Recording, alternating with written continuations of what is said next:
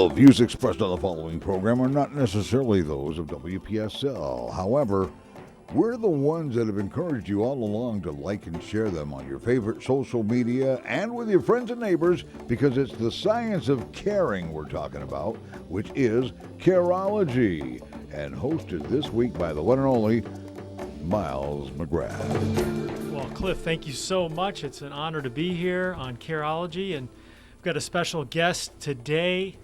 His name is Richie Colette. He's with a company that does amazing work when it comes to roofing, and we're going to have a great interview with Richie and talk about some of the important things to be aware of with your roof.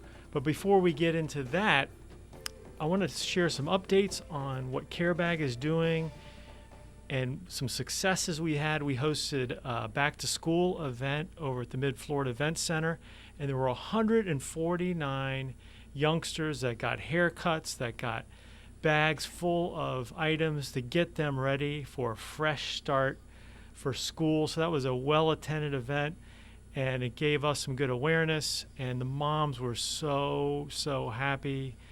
They were standing in line to make sure their kids got the haircut. So we had barbers from all over Florida participate and volunteer for that event, and we're going to bring it back next year at the start of school. The other thing we want to let the community know that we have a diaper drive going on now until September 30th.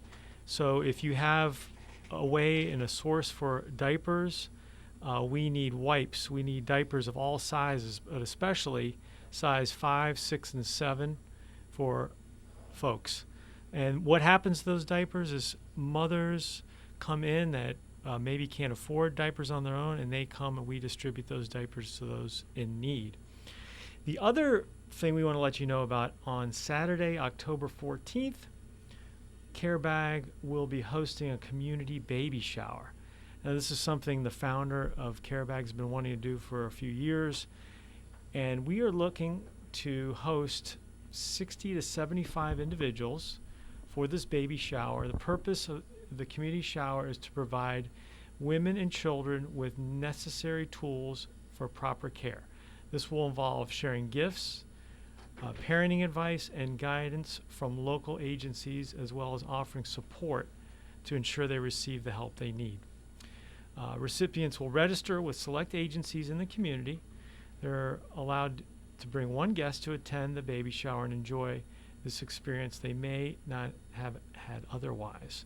This event will be filled with giving, love, laughter, and light. So visit the CareBag website for more details, and that's carebagfl.org. Again, that's October 14th. It's going to be a great event, and it's going to be an opportunity for folks to volunteer that want to be part of that, and of course for the moms that are expecting new arrivals, that we can help start them off on a good footing with the proper necessities that they need. So I'm going to introduce our guest today. His name is Richie Colette. He is the owner of a very famous roofing company along the Treasure Coast, Leak Busters Roofing. Richie, welcome to the show. Well, thanks for having me, Miles. Glad to be here. The reason I asked Richie to come to the show is, as we are in the middle of hurricane season, a lot of people are concerned with their home. They're concerned with what would happen if a hurricane were to strike. And one of the biggest areas of concern is with our roof. So I thought I'd bring in an expert today to talk about what to look for on their roof, what to look for that would tell them there's a leak, you know, what questions to ask if they have a roofing company out to their home. So, Richie, thank you so much for being on the show and sharing your knowledge with our group. But before we get into those questions, I have to ask, you know, the roofing business, we see people sweating on roofs. We see people putting tar on roofs. It is a tough business out there. What got you interested in the roofing business? Well, first off, I started off in the roofing business as a young age. My father, my uncle, my brother, my whole family were in the roofing industry. So that's kind of what I did on the weekends and summer vacations. And I just took a liking to it. I liked that we were outside. We were on top of the roof, you know. in the sun every day. It was usually a different job, so it was constant new scenery. And as I grew older, I realized that the roof was the most important part of the house and protects the most investment. It's not the sexiest thing to do to your house. I mean, most people like to do kitchens and they won't mind spending, $100,000 if need be, but it is the most important part, and I felt like that was something that I wanted to do to help people protect their investments and give them peace of mind and security. So when you finish a roof for a client, that gives you that feeling that you've helped them with their home. Yeah, absolutely. Whether they think they got helped or whether they just feel like they had to spend, an unnecessary $20,000, I feel good knowing that they're protected.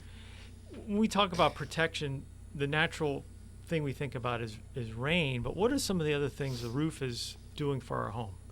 Well, it's keeping the elements out, obviously the rain, and hail, depending on what type of roof system you have. I mean, it could help you with energy efficiency, keeping your house cooler, different stuff like that. I mean, there's different aspects to the roof that are going to help keep you protected from the elements outside.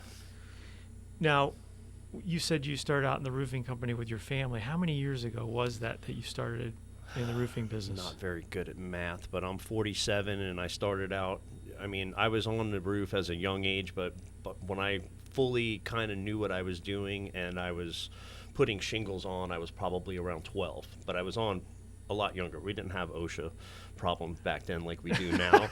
I was carrying shingles up at 9 years old, and it was not a big deal to anybody. You were born with an East Wing hammer in your hand. Yeah, that's right. It was the East Wing too.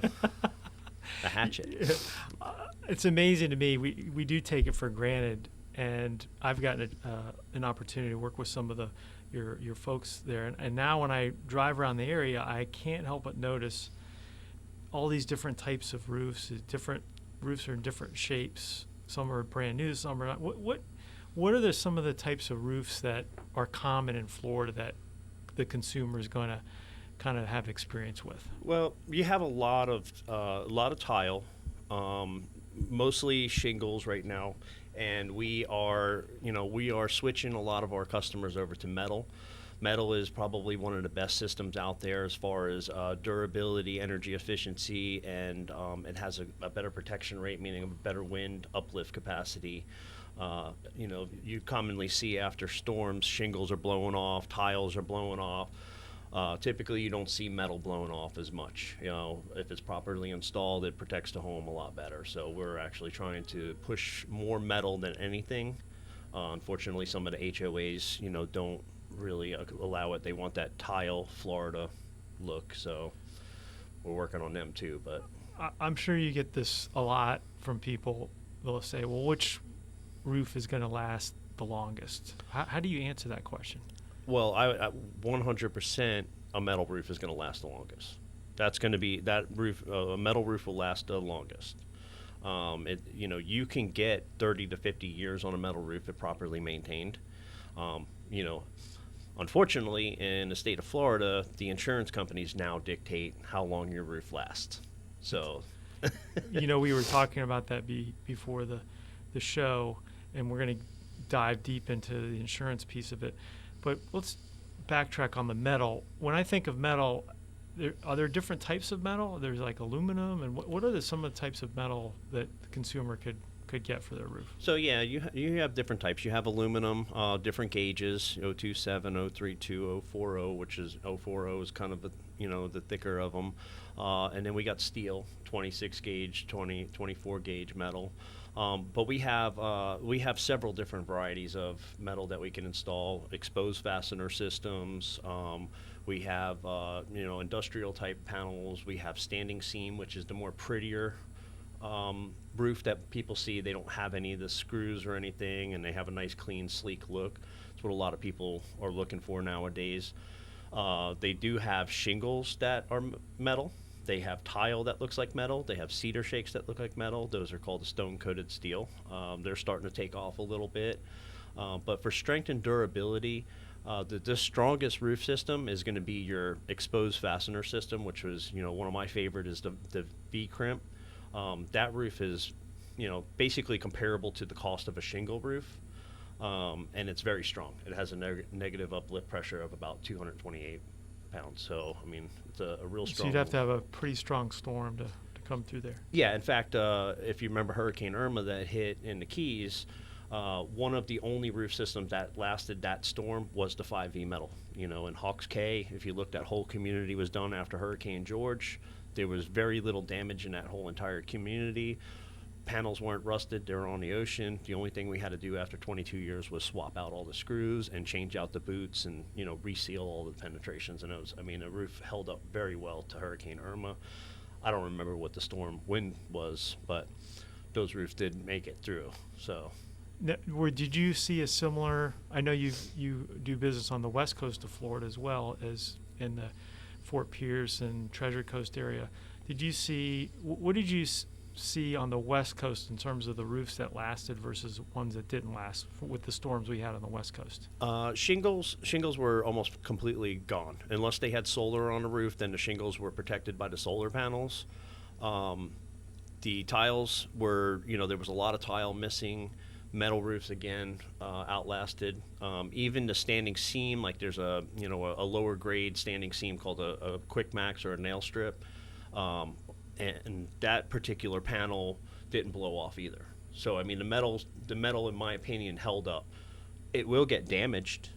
You can have stuff hit it, but what I like is even though the panel's damaged, you don't have any interior damage like you would with shingles or tile. Like the shingles and tile will blow off, and then you're going to allow water to come into the house, and your ceilings will drop. It'll basically ruin your whole entire house. But the panels can get dinged up, damaged, and there's no problems. You know, you just change out the panels or you change out the roof, however you got to do it, but you eliminate that interior damage portion. That's what I like about it. Now, you mentioned something that a lot of people have been getting notices about. We see things on social media.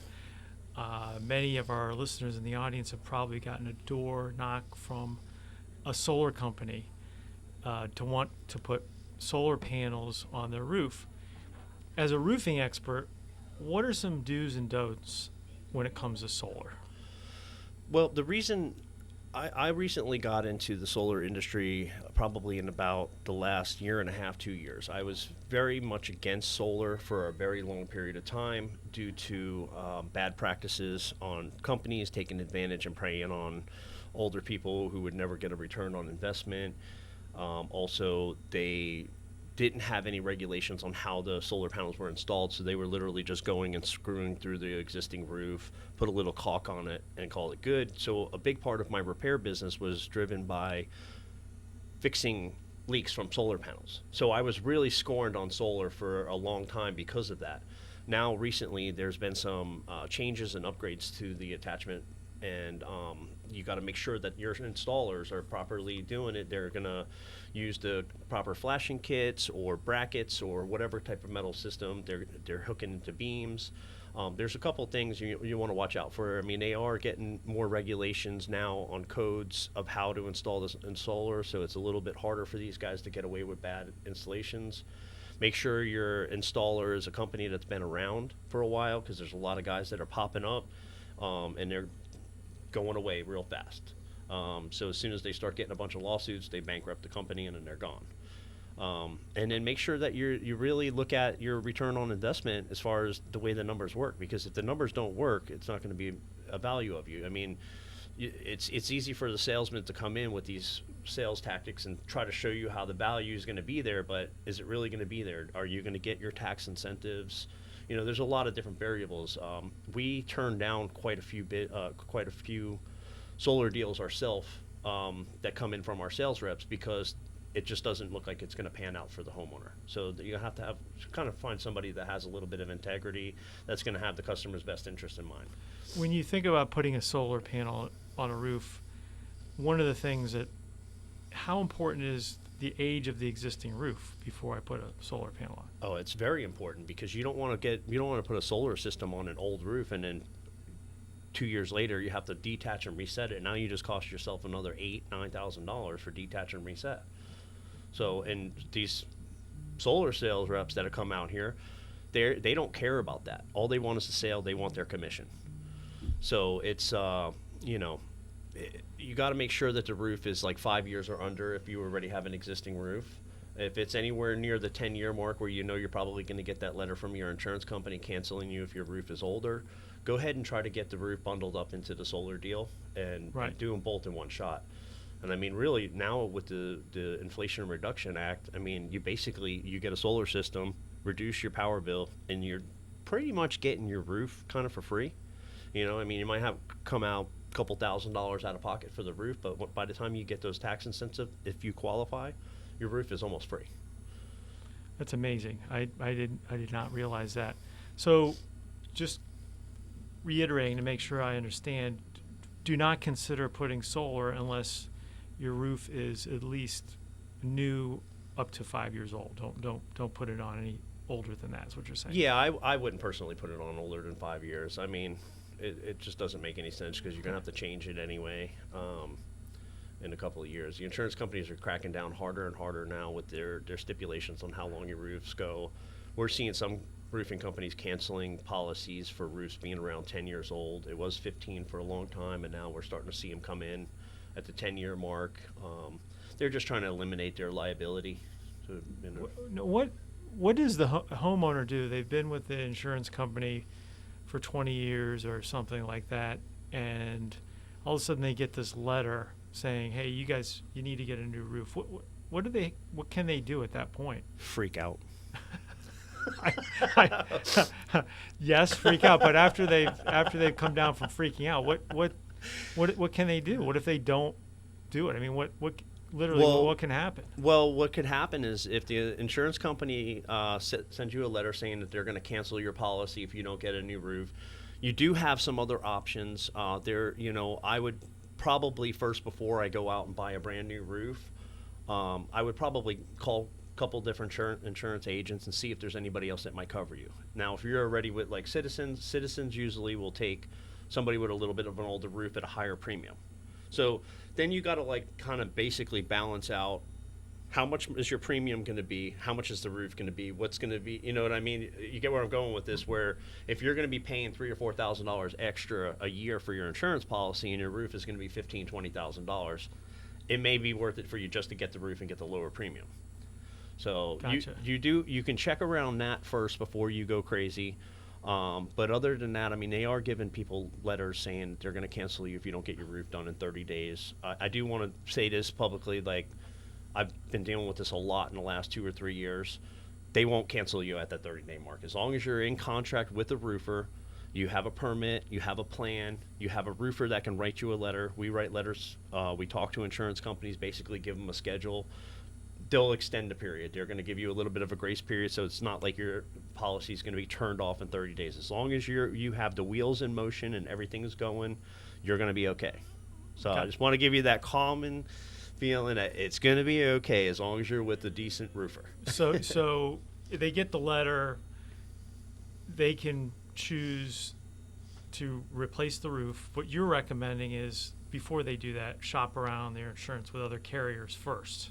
Step one. How about getting an inspection? Can they get a roof inspection and say, hey, our roof was inspected, it's not as bad as you think it is? Could they buy time with that or no? Not anymore. You used to be able to do that. It was called a roof certification, and I did lots of roof certifications, and basically me as a professional go out there, inspect the whole entire roof. I would make suggestions of any kind of maintenance that might need to be done. Do that, and I'll certify the roof for 3 to 5 years. They were doing that for a while, then all of a sudden they just stopped. They don't care what roofers say because, again, probably more of a thing where people abused the privilege. Roofers were writing letters for $200, $300, and they were sending stuff out that, the roof wasn't as good, and they started catching on. So somebody obviously ruined that process along the way, but they don't do that anymore. They don't do roof certifications anymore. They don't accept them. They don't care. All they do, a lot of times they don't even look at your roof. They go to the property appraiser, look at the last time you had a roof permit, and it's all dates. Okay, your roof hasn't been done since 2005. Boom, you need a new roof or we're canceling your 30 days. So they even save them time of having their inspector come out and look at your roof. They're just going by dates now. So it doesn't matter how good your roof is. If it's at this date, then they don't want you. Wow. It's amazing. I'm trying to imagine any other business that would be like that. I'm trying to imagine getting a letter from my car insurance company saying, "Hey, you got to buy a new car because your car is getting too old." Like it just. The car dealers would love that. It's like, it doesn't make sense even if the roof is old and it's still in good shape, forcing people to get. I don't know. It's just something doesn't seem right there. But I'm not an expert on it. That's why you're here. We talked about water damage. We talked about wind. You said that metal is going to stand up to the wind better. What are some of the other ways that your roof can get damaged? Oh, Florida. So we have a lot of UV rays. We got salt air. We got hail. We got heavy winds. I mean, pretty much this time of year, almost every afternoon around 3 or 4 o'clock, we get, tropical storms coming in, and you got winds of 60, 70 miles an hour. People don't think about those average everyday storms or like even hail. We've been getting a lot more hail lately than we normally do. So you might be at work and you're working in Stewart, your house is in Port St. Lucie, and we get this band of 2-inch hail or 1 3/4 inch hail coming down while you're at work. You don't even know it. It's beating your roof. You got some wind associated with that, 70, 80 mile an hour wind. What it starts to do is it starts to create what we call this hidden damage. And it lifts shingles, so they just kind of lift up and then flat back down. So you don't even know it. They're not gone. They're just loose. So now we loosened up all your shingles, and then hail will hit it. It actually hits the roof, and it blows the granulars out, and it exposes what they call the tar matting that's underneath the shingle. So over time, the UV rays will start to beat on that tar matting, and it'll start to make these microscopic holes, and then it'll start eventually having leaks. Now, you may be 2 years down the road from when you had that hailstorm that you didn't even know existed, and then all of a sudden you start getting leaks and you don't know what's going on. Then you get a roofer to come out there, check it out, and then you have costly repairs, sometimes in the $1,000, $2,000 range for these little leaks that you don't even know where they came from. Can't figure out what happened. You think it's wear and tear, but it's really storm. Then you get a good storm like a hurricane, and then all of a sudden those loose shingles will just start blowing off. And that's why you see a lot of the shingles just after storms blowing off, because already the shingles are damaged. People didn't even know it. Because a lot of people don't think to just get their roof inspected on a regular basis. That's important. When you say get your roof inspected on a regular basis, let's kind of define that a little bit. First off, what does a roof inspection entail, and how often should you be inspecting your roof? I mean, because I own a roofing company, I feel like you should inspect your roof on a yearly basis. At best, every other year, but I always would like to say before your summertime or whatever, have somebody come out, check around, all your penetrations, your pipes, your vents, all types of stuff like that. There's all these different things that can get loosened up. A professional roofer that's been in the business for a long time we can get on the roof and we can kind of look and see where shingles are lifted up. We can see that the seal is broken on them, which voids the manufacturer warranties and stuff like that. Those are, yearly before any hurricane, especially because we get so many storms in the afternoon that you don't realize that you have this damage. So I would have somebody come out, take a look, make sure that there's no hail marks, wind damage. There's stuff as simple as just like squirrels like to eat the lead stacks that are around pipes. Did you know that? I had no idea. Okay, so I don't know why the squirrels think that this is a great idea, but there's lead that goes around these pipes, and they eat off the top of that. So people don't even realize that. How about the lizards, too? I wonder if those lizards will get up in your soffits, and, I don't know that they don't eat the material, but the squirrels will eat the lead. And we go there sometimes, and the whole top of the lead is eaten off, and water's just rolling down that pipe, but it's behind your wall, and you don't even realize it. And then eventually, it'll start to deteriorate a little bit, and then it causes a leak. And you're like, "What the heck happened?" Darn squirrels! Darn squirrels! Well, we're gonna come back. We're gonna take a little break here, and I had no idea squirrels eating the top of your roof.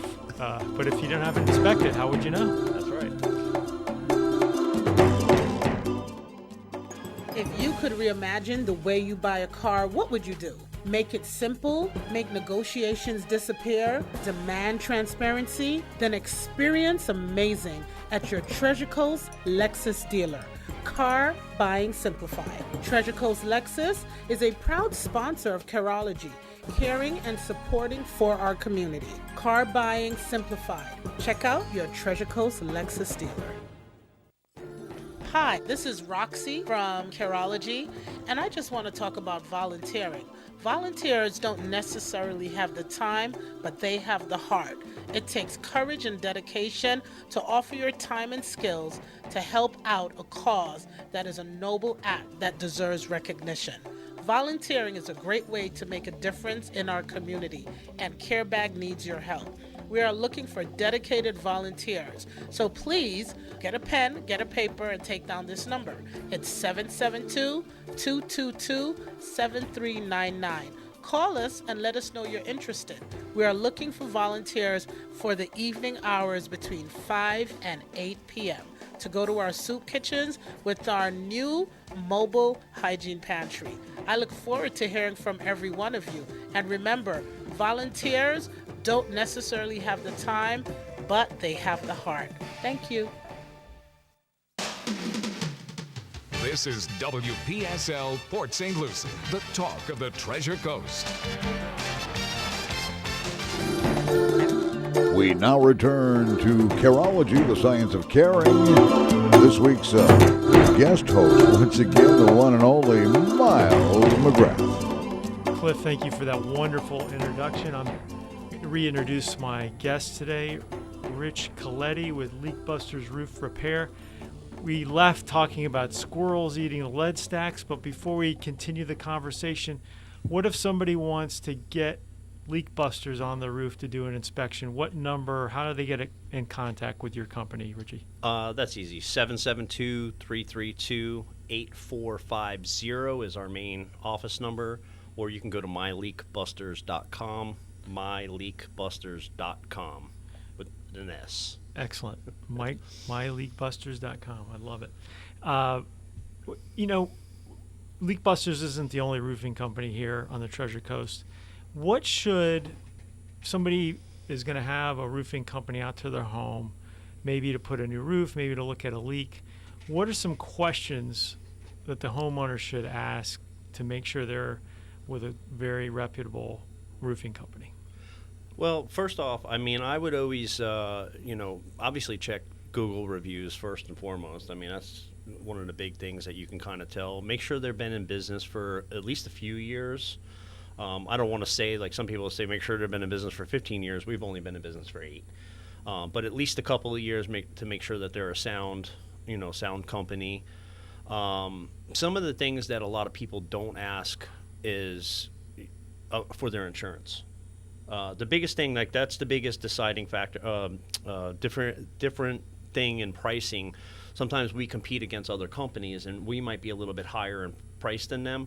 But if you really break it down, you start to look. We would tell the customers is to go back and ask them for their liability, workers' comp, their vehicle policies, and also like a roster of their guys that are on there. Because a lot of companies are running with the workers' comp exemption, meaning me as the owner, I can be exempt. So it doesn't matter. I could work. I have a workers' comp. I could pull a permit, but my guys are not on workers' comp. So they may just hire some guys, and that saves a significant amount of money if you do business that way. But it can endanger the homeowner if something ever were to happen on the property. Then the homeowner could, be liable for any of the damages. So when they're looking at a contractor to do the roof, they should ask to see that they're properly insured. Oh, yeah. From absolutely. Their vehicles, from their workman's comp. They should look at their Google reviews. What are some other things they should be on the lookout for? I would probably say, look at. I hate to judge people's book by their cover. There are some guys out there that do really nice work with bad vehicles, but look at the cleanliness of their. I always look at the cleanliness of people's truck. If somebody pulls up to my truck looking like Sanford and Son, I feel like that they're gonna probably do work like that at my house, and I wouldn't want to hire somebody that comes in looking like Sanford and Son. So like kind of see how they're organized they are. Those are little sure signs of it's if a good company or not. do they have a brick and mortar business, or are they working out of their garage is another, don't get me wrong. I worked out of my garage too. I did repairs and stuff like that. But if you're doing a full replacement on a house, you want to make sure that you're going to be able to go to a business somewhere to find somebody if there's something going wrong, that they're going to be liable and financially sound to be able to take care of the damages. Because Florida, you have accidents happen. Things will happen. They certainly do. One of the things that I think is important is having a checklist when you're about to do a roof. Do you think working with a contractor that would share a checklist of some of the things that may or may not happen on the roof would be important? Oh yeah, absolutely. That's one of our things. Our sales project managers and sales reps, they do before we start a project. They have what we call as a pre-start checklist. We kind of have a list of things that could potentially go wrong, and kind of let you know. What are some of the things on that checklist? Some of the things that go wrong, sometimes maybe a screen will get ripped, or we might break a flower, or a sprinkler head, or different stuff like that. Sometimes banging on the roof and tearing the roof off, or shaking the whole entire house. So if you got the Mona Lisa on your wall or something, or grandma's ashes on the fireplace mantle, you might want to put those things, secure them somewhere where they're not going to fall off, So those are things that we kind of go over with the homeowner, so there's not like some bad stuff happen, and we've made that checklist through experience over the last few years, unfortunately, but that's how we came up with it. Banging on a roof and a very expensive painting falls down, and next thing you know, we have to try to track down the artist to make a new painting. Right. Gotcha. You don't want to do that. You guys are roofing experts, so that's an important thing. We talked about metal roof. Why would somebody, beyond aesthetics, we look at tile, but what are some advantages, disadvantages of a tile roof? The advantages to a tile roof is it is considered more of a cooler roof, because the clay or the cement will absorb that heat, and then there's an airspace below the tile that actually will not transfer into your attic as much. So other than that and it looking pretty, there's really not a lot of advantages to a tile roof. What are the issues we all faced with the pandemic was getting supplies and computer chips, but I had heard that getting tile is can be an issue as well. What are the lead times on tile? 27 to 58 weeks in most cases, unless you find a tile that's sitting in a yard somewhere and get lucky. That's the biggest thorn in my side is tile. Wow. That's something to consider if you're looking at tile versus metal. Yes, right? Absolutely. Now, we talk about shingles, typical shingle roof, laying out a strip with the sand on it. What are advantages, disadvantages on that product? The advantages to shingles is they're low cost. They're readily available. So a shingle roof, if you're in a serious time crunch or you're trying to flip a house and you need to get a roof on it at a cost-effective price, shingles would be the way to go. You can get them really quick, and we can install them really quick. Now, one of the areas of the roof most people don't see is what's underneath, either the shingles, the tile, or the metal. What are some of the components that go underneath those that the homeowners should be aware of? There's probably some quality levels of different products that go underneath those. Can you educate the homeowner on those types of things? Yeah, absolutely. So first off, when you're doing a new roof, you're going to tear everything off down to the plywood, which they call that the decking. You want to inspect all the decking, because there's different areas. Sometimes you'll have leaks and you won't know about it, and it starts to rot the plywood out in areas before it will actually show. So make sure that the roofer is checking all of the decking to make sure there's no rotten areas. Then they're going to want to re-nail it with a 2.5-inch ring shank nail. That is code. A lot of guys don't do it. They have some areas that you can do an affidavit, which is basically a paper that you could submit to the building department saying, I did it. But a lot of guys don't do it, and they turn it into paper. Sometimes they turn it into paper when they're picking up the permit before they even start the job. So you want to make sure that they're going to nail the roof off, because that's a big thing. If the wind gets underneath there, we used to use what they call the 60 common nail, and it's smooth. So the plywood will pull right off, and they'll just, heavy enough wind, it'll blow the whole entire sheet of plywood off. So make sure they nail it. Then you're going to want to make sure you get a good underlayment. The underlayment is the base layer that goes down before your roofing material goes down. I prefer using a peel and stick, fully adhered membrane to go down over the whole entire roof to cover everything up.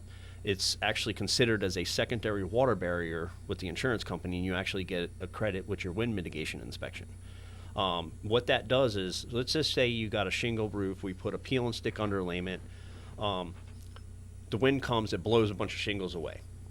Traditionally, they would use 30-pound felt tar paper. That tar paper would blow off, and now you're going to allow a bunch of water to come into your house faster.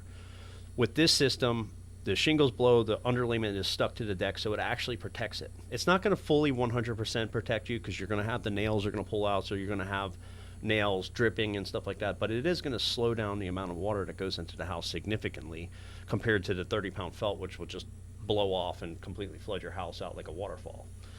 So all 3 styles of roof, the shingle, the metal, and the tile, get the peel and stick underlayment? Yeah. Yep, we put peel and I put peel and stick. I automatically start with peel and stick underlayment. I rarely ever will use a 30-pound felt. There's another one called a synthetic, which is basically like a canvas, like almost like a tarp. It's hard to pull it apart. I'm not a big fan of that either because it does allow water to get in pretty easy too. So peel and stick mostly. You got to use a different one for metal. It's called the high temp peel and stick underlayment because it's the high heat of the metal. Right. The metal will get about 150, 160 degrees. So you got to have something that just won't burn up. Now, when we get into commercial roofing, that's a whole nother topic. I mean, there's different materials that are used for that, depending on the type of commercial roof it is, or similar materials? No, it's definitely different. It's a lot of rolled roofing. We're starting to do a lot of TPO, which is like full sheets, white. It's a big white sheet that roll over. You heat weld all the seams. We got modified, like a torch down, people know of. So there's a couple different systems, and sometimes they're all flat, so we have to put like insulation board tapered systems to direct the water off the roof. So it's a little bit more complicated of a system. So we probably do a whole nother hour on just commercial. You probably could. So I'm trying to put myself in somebody's shoes here. They moved from the Northeast to Port St. Lucie. They bought a new house. It got inspected. It passed inspection.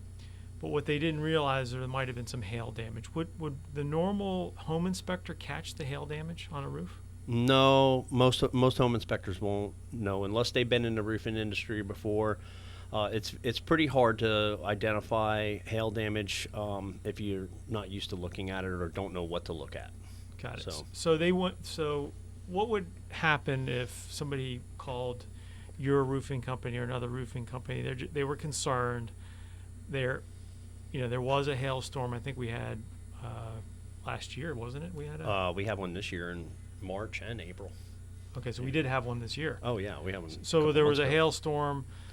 They heard hail. They saw maybe they got a couple dents on their car, but they hadn't had their roof looked at. What would happen if they called the roofing company to come take a look at that? Well, so we would come out there. Again, hail is like that hidden damage. Again, you can't see it from the ground. Most of the time, there's no shingles blowing off. So we would have to get on the roof and physically look at the roof, and then what would happen is you're going to see a bunch of the tar matting exposed all over, and usually there has to be, like, out of a 10 by 10 square, you have to have about 5 to 8 hits in that one little 10 by 10 area on all sides of the roof in order for the insurance company to replace it. So what we do is we kind of inspect the roof, let you know if there's enough valid damage. It's important to make sure you have valid damage. A lot of people call claims in without realizing if there's any damage or very little damage, and that's not a good thing. That's why we're in the jam we're in with the insurance companies as it is. But if you have valid damage, that's what insurance is for. So we would verify that you had the proper amount of damage in there. Then, if you decided you wanted to call a claim in, then what we would do is give you a little bit of support. We would write a scope of work, for the insurance company, showing them what kind of materials would need to be put on the roof to be able to put it back to whole again. And then we would, obviously meet the adjuster out there, kind of verify with him, show him some of the damages. Sometimes the insurance companies, they will overlook certain things to, probably save themselves a little bit of money, I guess. So it's very important that you have a roofer out there to represent you. It's kind of, we're experts in the field. That's why we're out there. We know the damages that are out there. We can show that the damages are, avoiding manufacturer warranties. So it's very important that you have somebody represent you, because most 99% of the times when you just call the insurance company, they're going to tell you don't have damage. So just I'm thinking of myself here, because I'm like Mr. Do It Myself sometimes. I climb up on my roof, I notice some damage, then I call my insurance company, and I don't have the expertise. They might say, well, you don't qualify for that, or you might. Yeah, they'll probably, I've seen some insurance companies where they send out their guys and they have these little pamphlets that they made up, and they kind of give you different reasons, like it's a mechanical damage or it's manufacturer damage. Some of these different things that they would, that they'll show you this little pamphlet to kind of make you feel comfortable, like they know what they're talking about. A lot of the adjusters that work for the insurance company, because there were so many storms, recently just got onboarded, and literally I've seen ads on Craigslist for come work for an insurance company, and there's, I've met adjusters that were in the deli working at Publix one week, and next down they're out there inspecting roofs for, $1,000, $1,500 a week. So they don't really know everything. So listen, making a good public sub, man, that's important, man. How dare they steal those people away from Publix? It's not right. I know. So you want somebody to represent you that's knowledgeable about the roofing. I hear a lot of, kind of, let's take the other side of the story, is like, well, the insurance rates are going up because people are making these claims. But at the same token, if there is a claim, if there is damage, I mean, it's why you have insurance. So there is that piece of it. How do you walk that line, Richie, between, what do you tell your clients in terms of, should I put in a claim or should I not put in a claim? What do you, I know it's kind of hard. You're in the roofing business, you're not in the insurance business, but what's your kind of rule of thumb when you're trying to educate your clients on that? Well, educate my clients, and, obviously when we onboard new sales reps and everything too, it's all kind of the same thing. You want to make sure that there's verified damage. Like, I try to put myself in the insurance company shoes, not the adjuster, but the insurance company. When I get up on a roof and I look at the roof and I say, oh wow, there's actually damage here, this is worth calling in. If I have to sit up there and look for damage for 15 minutes before I find anything, probably not a good option to go through your insurance. But if there's missing shingles or lots and lots of hail marks in a different area, like the recent hailstorm that hit in Melbourne, Palm Bay area, it was undeniable. When we went up on that roof, there was black. I mean, the hail hit those roofs so hard that they were like smearing the tar. That's, to me, is a valid claim. That's something that I would feel 100% comfortable calling in at my house. Right. And I just try to put yourself in their shoes. If this is something that would get paid for, and we've really haven't had many denials, especially on shingle roofs. We haven't really had many denials. Maybe 3 in the last 6 years. So speaking of shingle roofs and going to that steel, is the steel going to be able to handle the hail better than the shingle? It will handle the hail, but it still will get damaged. So it's not going to be significant damage like you would on shingles, but it does hit the steel roof, and it breaks. There's like a coating on top of it, like a Kynar finish on top of the metal panels. It'll break that, and eventually it'll start to make rust marks. Like, it takes the protective coating off of the metal. So it's important to get those inspected too. I mean, very rarely have we called in. I mean, there has to be good damage. Like, I want to see real good damage before we call in a claim, because I don't want to, at the end of the day, I have to make sure that we protect our reputation. We don't want to be known as ambulance chasers to the insurance companies. We have good relationships with all the insurance companies. They know when we call in a claim that normally that it's a legit claim and there's really no argument there. Gotcha. Speaking of other types of damage, how about lightning? Is there anything the homeowner can do to protect their home against lightning, and what happens when lightning hits a roof? Well, we actually have a claim over in St. James right now where the lightning actually hit the roof, blew the tile off of it, and actually blew a hole right through the decking of the roof and made a big, probably 6-inch round hole. So lightning damage does happen. It'll hit trees, and trees will fall over and hit roofs. I don't know if they work or not. I have them by my house, but I have lightning rods. Haven't really hung out there in a lightning storm to see if I've ever got hit with lightning, and I don't know. I guess they say it actually hits those lightning rods and will go down and ground out. before it does any damage to your house. I don't know how they work, but you could try lightning rods.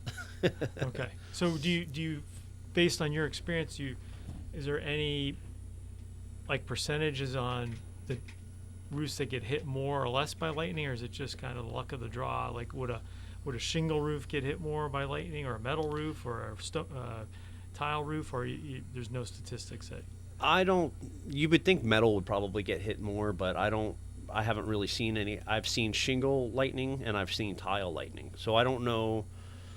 I think it's just a matter of where the lightning wants to strike, really. I mean, I don't think there's anything that really, attracts it too much. Okay. It is wherever God wants it to go. Gotcha. Now, and speaking of roof, there's a lot of things that when you're putting a roof on, the roof is attached to the gutters. It's attached to the fascia. And the fascia is that kind of wooden strip that goes along the edge of the roof. Do you find some confusion on what's covered in a roof job versus what's not covered there? When you say covered, are you talking about from the insurance company? For the insurance company, or the expectations of the customer? Like when you say we're going to put a new roof on, what does that really normally include? So normally it includes the roof, new drip edge. If the fascia is rotted, we have to fix the fascia while we're doing the roof, because we have to obviously put new drip edge. The metal has to wrap around from the roof edge down to the fascia. So, we would include taking that. Obviously if it's unforeseen damage, there's obviously charges that we let you know up front how much they are. Right. And how about painting all those things? Is that something the homeowner would hire somebody to paint that, or do you guys sub that out, or depends on the job? Or? Depends on the job. Depends on, some homeowners are handy and they want to do some of that stuff themselves to save a little bit of money. And a lot of times what I'll do is I'll put a primer on it. That way the homeowner has, a few months to figure it out. If they want to do it on the weekend with cousin Billy Bob and a case of beer, then that's up to them. But we gotta finish. Sling blade. All right. That's funny. So knowing that up front is something you want to, when you're getting a roof, is to set the proper expectation of what is covered on that roof. We talked about solar panels. So let's say you have solar panels on your roof.